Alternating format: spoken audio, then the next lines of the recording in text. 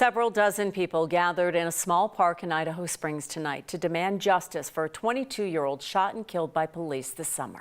Police body camera video shows that Christian Glass was having a mental health crisis. That night, when he wouldn't get out of his car, deputies held him at gunpoint. They broke the window, fired beanbags at him, tased him, then shot and killed him. 9 News reporter Steve Staker. Christian Glass tonight in Idaho Springs. Steve?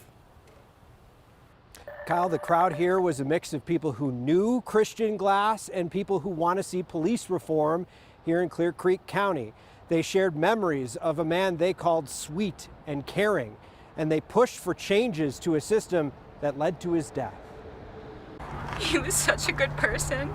He had the kindest heart. As daylight waned, a small park glowed, much like the 22-year-old man this crowd gathered here to remember. He was sweet, but more than that, Christian had a lot of courage. He was brave. Friends and family remember Christian Glass as an artistic soul. He was a really, really, really good brother. It was just a joy. He was such a freaking happy kid, just full of life.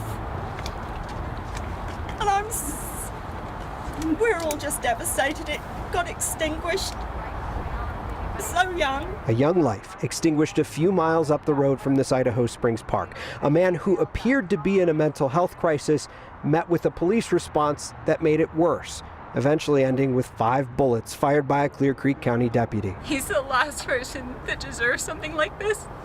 And this is awful and horrible, and I would not wish this on my worst enemy. But the only thing that would make this better is justice. Justice. This is disgusting that we are here again. Some of the people here have been seeking it for years. Cynthia's unarmed father, Michael Clark, was tasered by an Idaho Springs police officer last year. The officer pleaded guilty to a misdemeanor charge and got probation. Clear Creek County had the ability to prevent this, and they didn't. Changes could have been made well long ago. Her voice joined with the voices of another family in a familiar cry, demanding justice and change. And I just think, pray that it doesn't, changes will happen and it doesn't happen to somebody else, because we can't bring him back. But maybe changes will happen that someone else doesn't have to lose their life. These wooden tokens given out to the crowd today, it says, "In memory of Christian Glass," and on it, 2 hands forming together, forming a heart. That was one of the last images in the body camera video of Christian Glass that night. The deputy who shot and killed Glass is back on patrol here in Clear Creek County.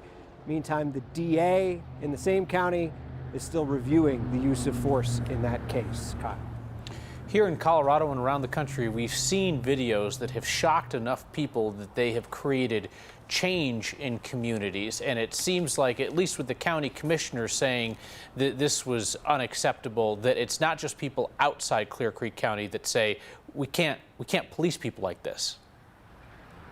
The county commissioners here, yes, they called the circumstances of this deeply troubling. And there have been calls here, including in the crowd here tonight, for a co-responder program, just a team of mental health professionals that would work with deputies in Clear Creek County to respond to calls just like this one.